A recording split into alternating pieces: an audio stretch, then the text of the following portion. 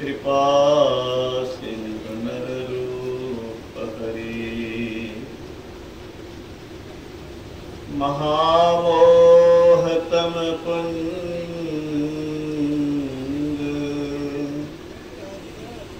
जासु वचन रवि कर निकर धन्य धन्य सतगुरु सुखद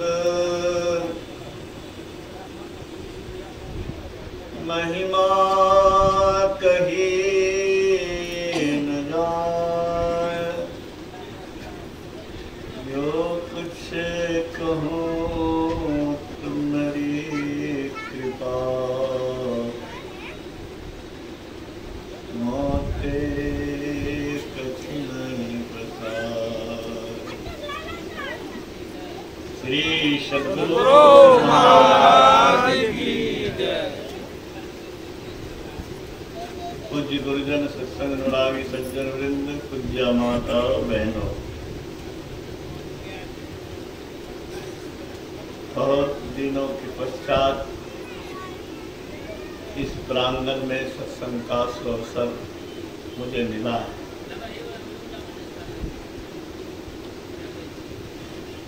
इस मोहल्ले में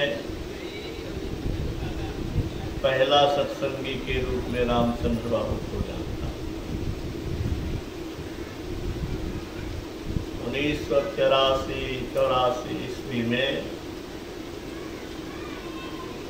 भोला प्रसाद श्रीवास्तव डॉक्टर उर्फ योगेंद्र बाबू शिव मंदिर से पश्चिम साप्ताहिक सत्संग शाम में रविवार को होता है, वहां पर भी ये जाते, वहीं पर इनसे हमारी भेंट। आज से 40 वर्ष पहले फिर तो इस मोहल्ले में मोती बाबू, उनकी धर्मपत्नी लाल बाबू, स्वर्गीय तुरंती बाबू, उनकी धर्मपत्नी इस मोहल्ले में संत मत के ज्ञान को अपनाया और साधना भजन करती रही। मैं सभी इन पुण्यात्माओं को नमन करता हूँ। इन सब का ऋण मेरे ऊपर है।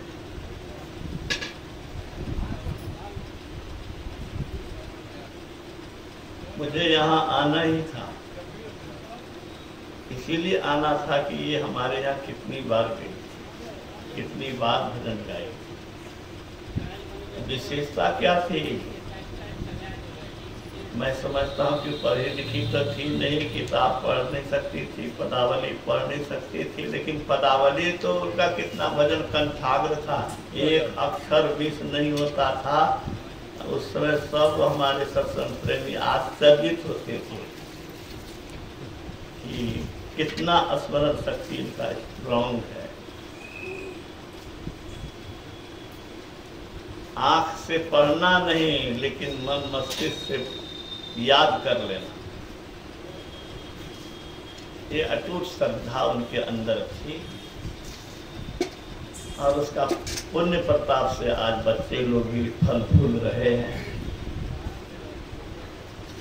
कितना विकास हुआ है, वो दिन भी हम लोग देखे हैं। विकास के पथ पर आगे चल रहे हैं। मैं आग्रह करूंगा कि पुण्य काम अगर किसी हमारे पूर्वज ने किया है, उत्तम काम किया, तो उत्तम पथ पर हम भी चलें।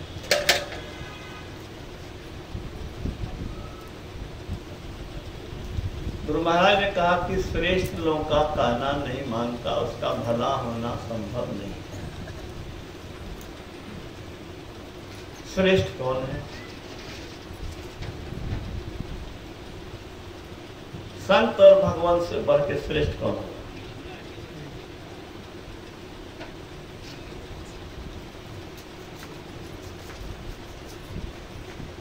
भगवान राम कैसे पराक्रमी पुरुष थे।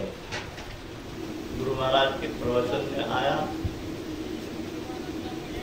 समुद्र में 400 योजन का लंबा पुल बनाया, नीचे में एक भी पाया नहीं। जो लोग अध्यात्म पर हंसते हैं, मैं उनको चुनौती देके कहता हूं कि वैज्ञानिकों का एक ऐसा पुल बना दो, बता दो दुनिया में 1 किलोमीटर का है, नीचे में पाया नहीं। हजारों हजार वर्ष पहले जो राम सेतु बना था भारत और लंका के बीच में, आज भी उसका अवशेष है।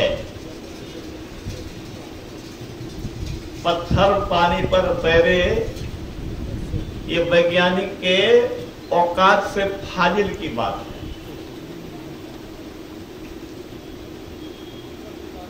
वैज्ञानिकों के, वैद्य के, डॉक्टर के एमफिल डिलफिल जो भी जितनी ऊंची से ऊंची डिग्री हो कर लिए हो, वो बता दे कि खाएगा नहीं, पिएगा नहीं और सैकड़ों बरस जिएगा। ये काम तो संत महात्मा ने करके दिखाया है। बच्चे बूढ़े हो जाए, वो शरीर एक जस का तस बना रहे, ये किसी वैज्ञानिक औकात की बात है क्या? आध्यात्मिक शक्ति से बड़ी कोई शक्ति नहीं है। देवराहा बाबा के विषय में डॉक्टर राजेंद्र प्रसाद भारत के राष्ट्रपति ने लिखा कि दादा के साथ मैं देवराहा बाबा के दर्शन करने के लिए गया, जाता था। आज मैं बूढ़ा हो गया हूं, लेकिन देवराहा बाबा जस के तस दिखते हैं, कोई अंतर नहीं। कहीं प्रोग्राम उनका होना था तो उनको किसी यान से आते हुए नहीं देखा, अचानक वहां प्रकट हो गए।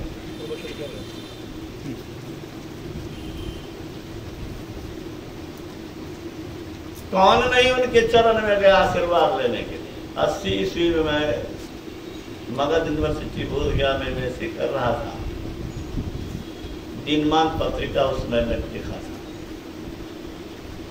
दिनमान पत्रिका पर डॉक्टर जगन्नाथ मिश्र बिहार के मुख्यमंत्री जी देवराहा बाबा के दर्शनार्थ गए थे।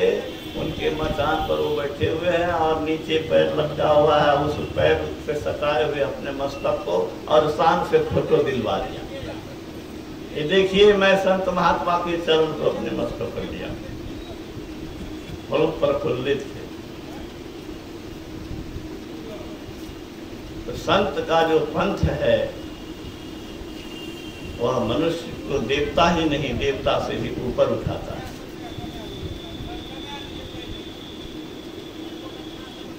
भगवान राम का उपदेश आपने सुना, देव दुर्लभ शरीर है, सुर दुर्लभ सब ग्रंथ है। देव दुर्लभ क्यों है? बड़े भाग क्यों है? भाग बनता कैसे है? बहुत पुण्य से बनता है। या परमात्मा की कृपा हो जाए तब भी भाग बन जाए। तो कब हो करी करुणा नर देही देती इस बिनु। एक तो ये हुआ कि बहुत भटके हो, बहुत जीव शरीरों में, तुमको एक मौका देते हो, मनुष्य शरीर पा करके सारे दुखों से छूट। दूसरा पुण्य हम लोग का है। क्या पुण्य है? साधन भजन करते हैं, संत के पंथ पर चल रहे हैं, शरीर छूटेगा तो मनुष्य शरीर ही। तो दो तरह से मनुष्य शरीर की प्राप्ति, एक तो अपने साधन बल से, भक्ति पथ पर चलने के पुण्य से, और दूसरा प्रभु की असीम कृपा से, अहेतु की कृपा से। कब हो करी करुणा नर देही देश इस बिनु हेतु संग, बिना हेतु के, बिना कारण के, अहेतु की कृपा से भी मनुष्य नहीं मिलता। बड़े भाग इसलिए कि शरीर में परमात्मा को पाने का साधन है, नहीं तो शरीर पशु के शरीर में कोई अंतर नहीं। अगर बड़े भाग मनुष्य तन पावा सुर दुर्लभ सब ग्रंथ ही कहा, तो अगली पंक्ति यह भी कहा कि साधन धाम मोक्ष कर द्वारा पाई न जही परलोक सवार। ये शरीर साधनों का धाम है। साधन किसको कहते हैं? जिससे कोई काम होता है।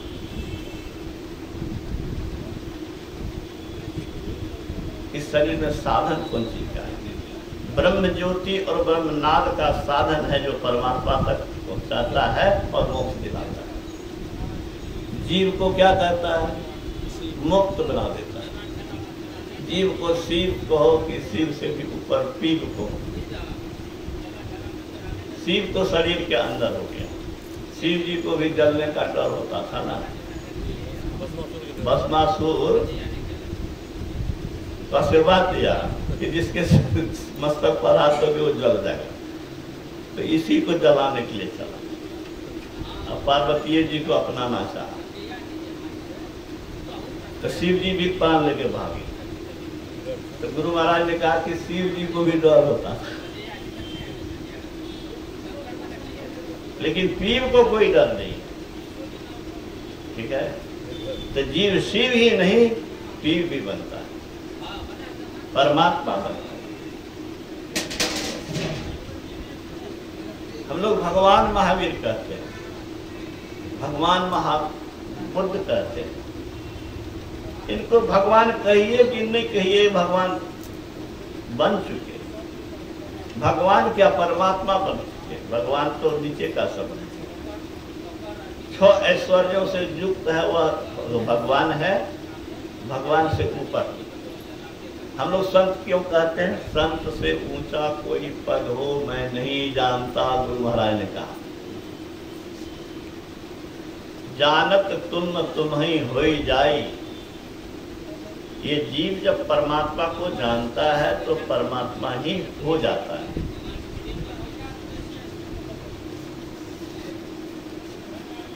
दर्शना दर्शने हित्वा स्वयं केवल रूप। यह आस्ते कपिशाकुर ब्रह्मविद। ब्रह्म वह स्वयं है। ब्रह्मविद ब्रह्म भवति, वह ब्रह्म ही है, ब्रह्म ही हो जाता है। कब? जब दृश्य अदृश्य को त्याग करके आत्म स्वरूप में स्थित होता है। दृश्य संसार, अदृश्य चेतन शरीर,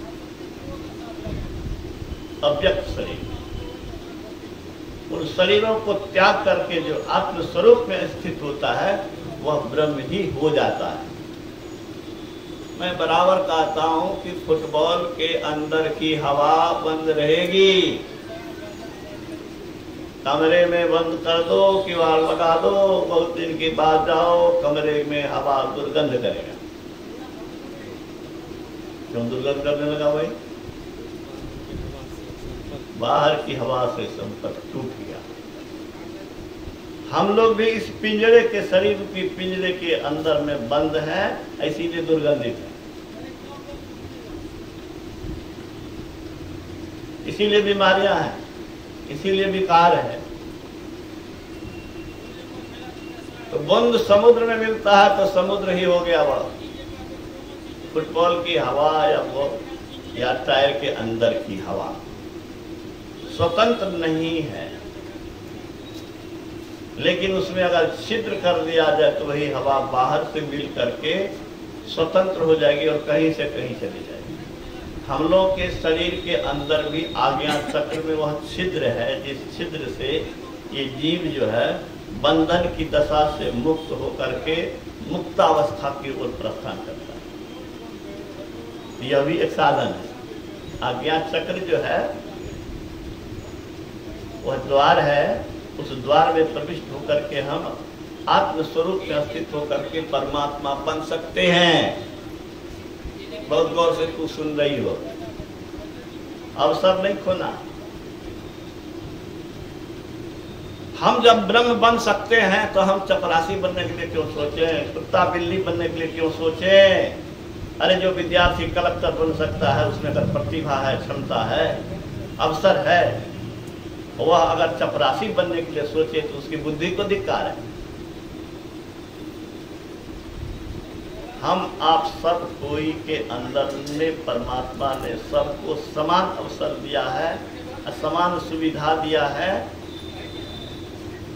कोई डिफरेंस उन्होंने नहीं रखा है। सबके अंदर में वह आज्ञा चक्र है, केंद्र बिंदु है, जिस केंद्र बिंदु से घुस करके जीव ईश्वर से मिल करके ईश्वरी शक्ति प्राप्त करके ईश्वर बन सकता है।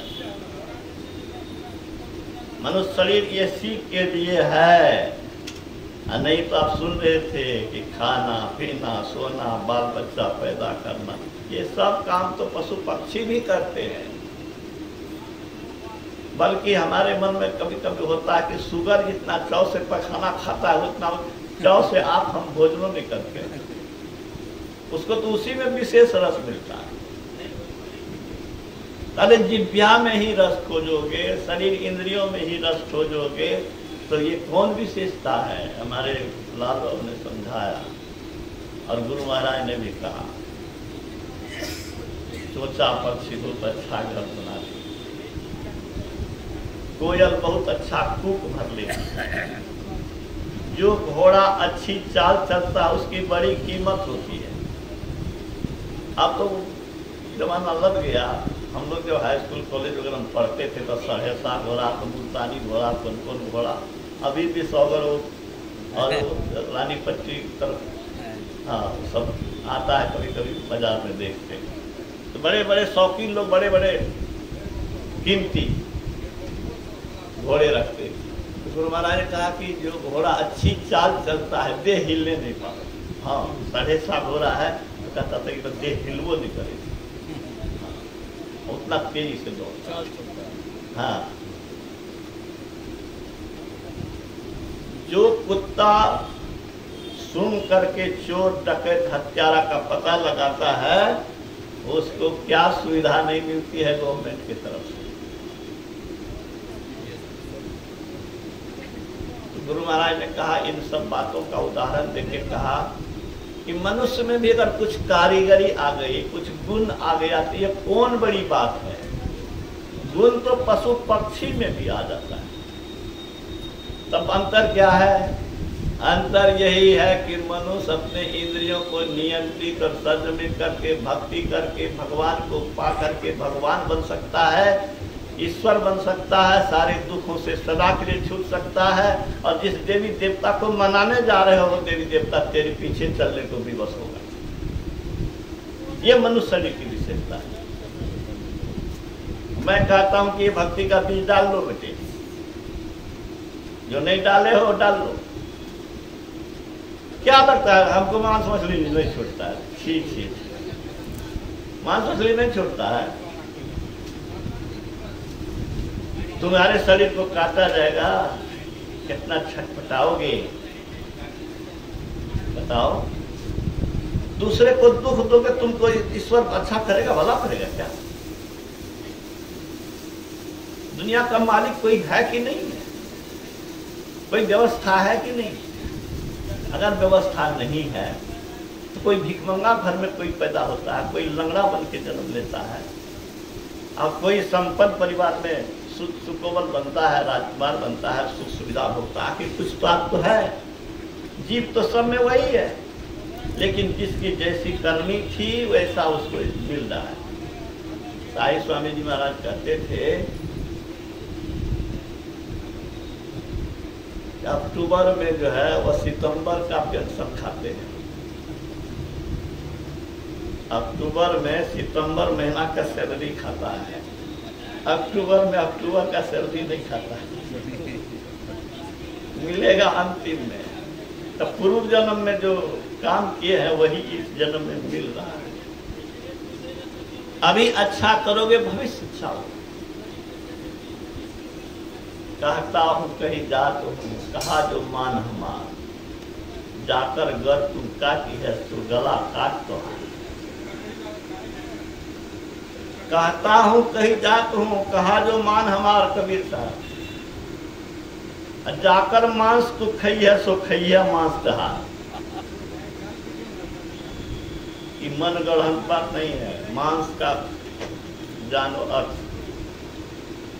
संस्कृत पढ़े हो तो सुन लो, माम जुड़ सो, 100 व्यंजन है,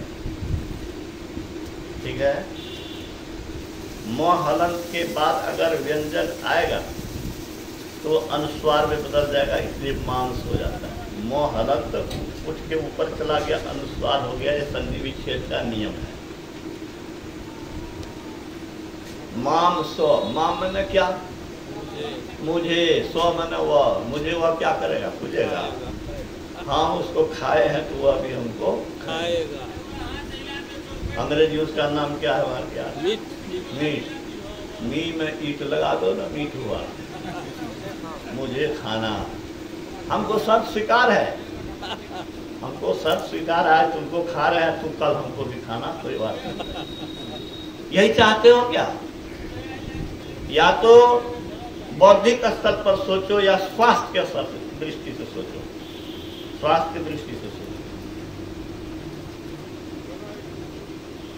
कुत्ता अगर तुम पर आक्रमण करता है तो तुम्हारा देह का रोंगटा खड़ा हो जाता है कि नहीं? आप भयभीत होते हो कि नहीं? जिस बकरे के निकट वो तलवार उठ रहा है, काट रहा है, छटपटा रहा है, क्या वह भयभीत नहीं होता होगा कि हमको भी काटेगा? अभी उसको काट रहा है, अब हमको काटेगा। और जब तलवार उठ गया है तब भयभीत होता होगा कि नहीं? और भयभीत होता है तो दोनों बॉडी में पॉजिटिव हार्मोन निकलता है क्या है? अरे चिंतित होते हो, दुखी होते हो, अशुभ समाचार पाते हो, हार्ट अटैक होता है ना, ब्लड प्रेशर बढ़ता है ना, डायबिटीज बढ़ता है ना। क्या दिमाग है? स्वास्थ्य की दृष्टि से सोच लो। जिसका मांस तुम खा रहे हो भयभीत हो कि अगर मरा है तो उसके मांस के अंदर में निगेटिव एनर्जी और निगेटिव हार्मोन है जो तुम्हारे शरीर के लिए शुभ नहीं है, वह घातक है। इसीलिए जो मांस मछली खाते हैं मैं उनसे आग्रह करता हूं, खाने के लिए एक से एक चीज, मेवा मिष्टान क्या नहीं है, हम वही क्यों खाएं?